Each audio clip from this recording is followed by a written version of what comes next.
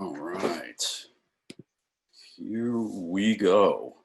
That's me. I am Todd. I'm a veterinarian at the School of Vet Med at UC Davis. And there is my contact info for any follow-up questions that don't get answered here.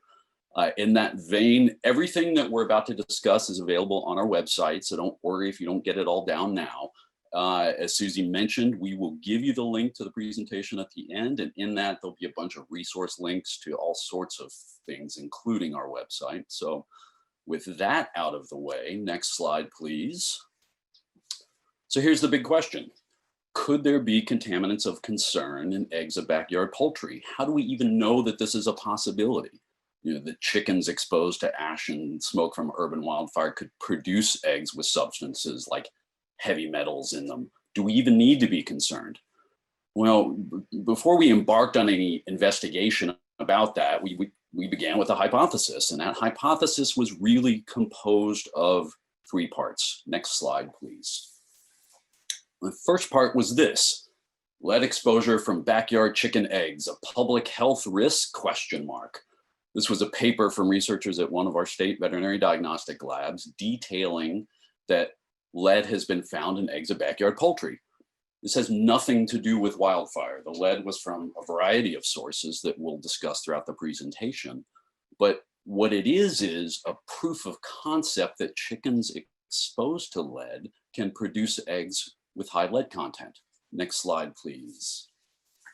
So the next piece is research like this. So this is a study showing that the heavy metal content of ash from urban wildfire is higher than that from rural wildfire. And now you have the first two pieces of the puzzle here. So that something like lead can indeed make its way into the egg, and that we truly do have a potential exposure in wildfire ash, specifically urban wildfire ash. So combine those two pieces with what we know that chickens do all day. Next slide, please. Which is this, right? They peck off the ground for hours on end. So there's the making of a pretty good hypothesis that urban wildfire could pose a risk for the production of eggs from backyard poultry that contain heavy metals or those organic toxicants that Claire told you all about. Next slide. So what comes after a hypothesis? Well, you have to test it with experiment, which is exactly what we did. We put out a call all over the state, social media, all sorts of outlets towards the end of 2017 after the wildfires in Napa, Sonoma, and Ventura counties. We asked for submissions of eggs from backyard poultry. Next slide, please. And we got a ton of them. 344 premises total. That's what all those orange dots are. Average submission about 5 eggs per premise. The little red splotches are outlines of the 2017 wildfires. We got so many submissions from Sonoma, Napa, and then down south by Ventura that the wildfire outlines are almost covered up. So you can't tell much from this zoomed out view, except to say that there is a fairly good representation from both fire affected and non-fire affected areas, which is a bit of foreshadowing. Next slide, please. So if we zoom in to one of the fire affected areas, here's the Napa and Sonoma region and the outline of the Tubbs, Nuns, and Atlas fires. So we got submissions from a lot of properties here. There's about 75 from Sonoma, 16 from Napa. And note that none of those were properties that directly burned in the fire, but all were heavily impacted, blanketed by ash and smoke. Next slide, please. All right, so what did we find? Out of all the things tested, the most significant finding by far was the lead content of the eggs.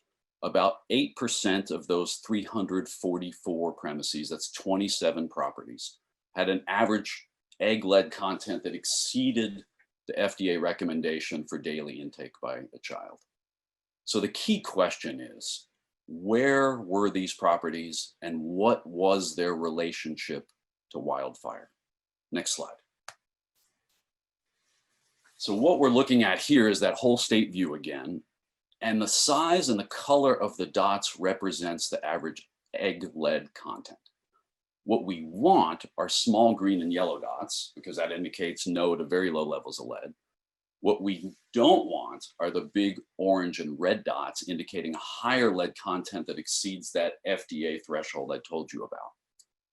So here's the key. What we're looking for to support our hypothesis is a distribution of big orange and red dots closer to urban wildfire and the smaller green and yellow dots farther away. Honestly, from this view, it's hard to tell, but you can see some big red dots in and around places like Sacramento, in Stockton, and in LA.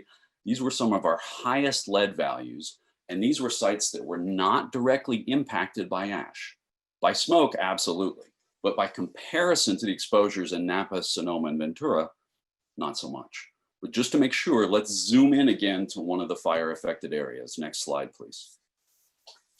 So here we are back at the Sonoma-Napa region. And again, we're looking for the big orange and red dots close to wildfire, the smaller green and yellow dots farther away. And that's just not what you see here. In other words, when we ask ourselves, does this data support our hypothesis that proximity to urban wildfire is a driving force for lead in eggs of backyard poultry? And the answer is not so much, not by this data anyway. So right now you're probably thinking, well, then if it's not wildfire, what is it? Where is the lead coming from? And I want you to hold on to that thought for just a moment. We're going to get to it in a little bit of a roundabout way that keeps this discussion wildfire focused, because that's why all of you are here. This is probably a good time to note that our previous webinar goes into a lot more detail about our findings from this study. And again, we'll give you a link to that at the end of the presentation. All right, but back to the issue at hand. So our data really doesn't support the hypothesis that proximity to wildfire is the key to the most significant thing we found, which was lead in eggs of backyard poultry. Next slide, please. So is that it? Is that the end of the story? All right, let's take a step back. Remember, our study is really designed to assess sort of an average risk for households that were not directly burned in wildfire, and that part is key. Especially for those of you that have properties that burned, your circumstances are different, and most importantly, they're unique, just like Rob and everyone else was saying. Each one of you has very different considerations that we've touched on, but to really drive that point home, let's go over what some of those individual circumstances might be, especially those with specific relevance to backyard poultry. Next slide, please. And here's the first one. Do you have a vehicle or multiple vehicles that happen to burn on your property? Think about all the things that could be released. When a vehicle burns, you think about all the petroleum products, the gases, the oils. You think about all the various fluids like transmission and brake fluid. Think about the heavy metals and lead acid batteries, and there is a lot of lead in there, like on the order of about 20 pounds. Think about heavy metals in things you wouldn't even necessarily think about, like electronics, even the tires. All of those things have at least some potential to be abruptly released into the environment upon burning. Next slide, please. Next, think about how old is your home? Do you have plumbing that was installed before 1986? That could have a higher amount of lead in it. Is your paint from before 1978? Same thing. In fact, that was actually one of the associations we uncovered during a follow-up study to assess how that lead may have gotten into the eggs. Houses with old paint had a much larger percentage of eggs with high lead egg content than houses with newer paint. Next slide, please. Got to think about what appliances and electronics you had in your household that may have burned. All can contain various heavy metals to think about. Next slide, please. And here's one that's not really inherently obvious. Do you have any older furniture in your house that may have burned? California in particular has a not so glorious history about this. In 1975, a regulation was passed in California that required fire retardant chemicals in furniture and baby products.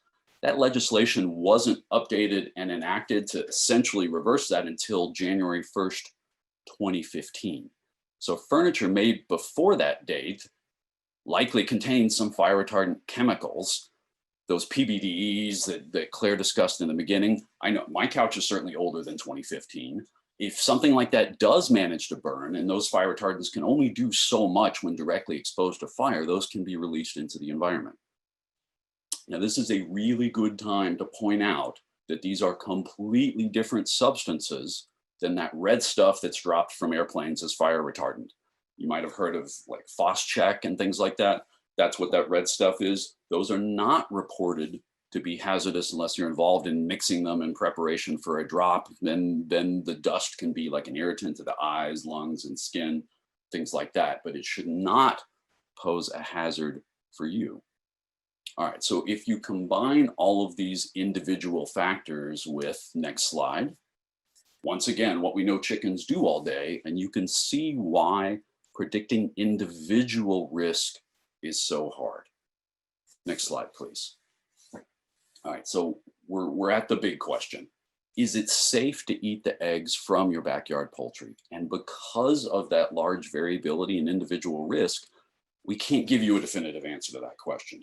But what we can do is tell you how to assess your risk and how to reduce your risk, things to consider on top of all the stuff that Glenn and Rob discussed about testing and risk reduction.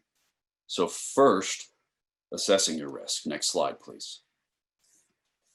All right, this is the CASLab, the California Animal Health and Food Safety Laboratory System here in California. We have 4 of these around the state. The link for them is on our website. You'll be able to find it. They're very easy to Google. If you are from out of state, and I think a few of you are, your state has a state veterinary diagnostic lab like this. Just Google veterinary diagnostic lab and then insert your state name. If you have trouble finding it, just email me and I will help. So what you do with these folks is you send them eggs to be tested for heavy metals. So like Glenn mentioned before, we're going to use heavy metals as sort of our marker analyte for everything else. The test runs about $60, so that's 60, so it's not cheap. So your best bet is send them 4 to 5 eggs to be pooled, meaning they'll mix them all together. You get an average heavy metal content over those 4 to 5 eggs, which is perfect. That's exactly what you want. And calves will also send you with your results how to interpret those results, which is really important. All right, there's actually one other option for you California residents and the CASLabs, which is you can, if you're a backyard poultry enthusiast, you can send them up to 2 birds. Let's say you have 2 birds that are sick or that have died and you don't know why, or maybe you have 2 that you're not so attached to. You can send them in for a necropsy. Basically, that is the veterinary version of an autopsy. And they do it as a public service. So they only charge $25 for that because it helps them sort of figure out what kind of things are going on in the state. Depending upon your sort of exposure risk, they decide what tests to run. So if you send in birds and you tell them I'm from a fire affected area, that will increase the possibility that they will go ahead and run heavy metal testing because birds can accumulate lead in tissues like liver and bone. And so that's good to know too. So you might be able to get a lead test that way of the birds themselves, not the eggs. If you're going to go that route, call them first and explain your situation so you're all on the same page. Okay, so that's how to assess risk specifically from the backyard poultry angle. Next slide, please. Which brings us to reducing the risk. And there's various ways that we can do that with poultry. Next slide, please. All right, here's the first. Keep food confined and off of the ground. And I gotta say, most chicken feeders are not great at keeping food off the ground. It might start out off the ground, but a lot of it ends up on the ground eventually, and that's exactly what we don't want. So a feeder like this does a much better job of keeping food away from the soil. And you actually get the side benefit of potentially reducing your rodent population because they can't easily get into food, container food like this or a feeder like this. Speaking of feed, one other thing you can do is make calcium readily available, like oyster shell, free choice oyster shell, because that can prevent the absorption of lead. Next slide, please. So next, keep chickens confined to a particular area of the yard if you can. Even better, put them on raised beds. Raised beds aren't just for gardens, they could be for chickens too. And so raised beds with fresh soil after all that testing and remediation that Glenn and Rob talk so much about, that's a good mechanism for keeping you safe. Next slide, please. And know what's going into your chickens. And my primary concern here in this regard is the water supply. If you're on residential water, the EPA requires community water systems to deliver an annual consumer confidence report, also known as a drinking water quality report. But that really only covers water from the treatment plant, depending upon where you live. Likely everything from your service line on towards your house is your responsibility. So know something about it, know how old your plumbing is. You can even test the water out of your faucet for lead.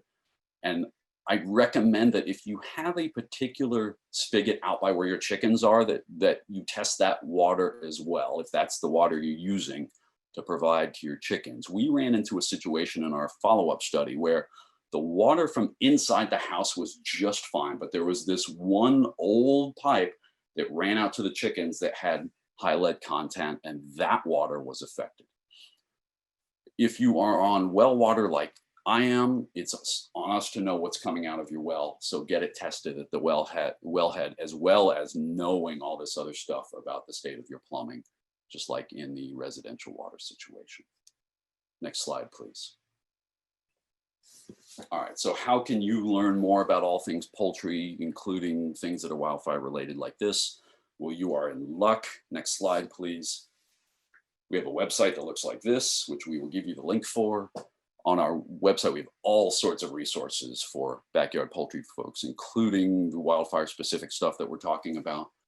We've got a link to our new YouTube page that has our previous talks in them, and we'll eventually have this one. We have a link to our app on the Google Play Store that covers all things backyard poultry related. But even if you forget the link, which we're about to give you, finding us is incredibly simple. Next slide, please. If you just Google UC Poultry, meaning University of California, just Google UC Poultry, we are always the first hit. So we are incredibly easy to find.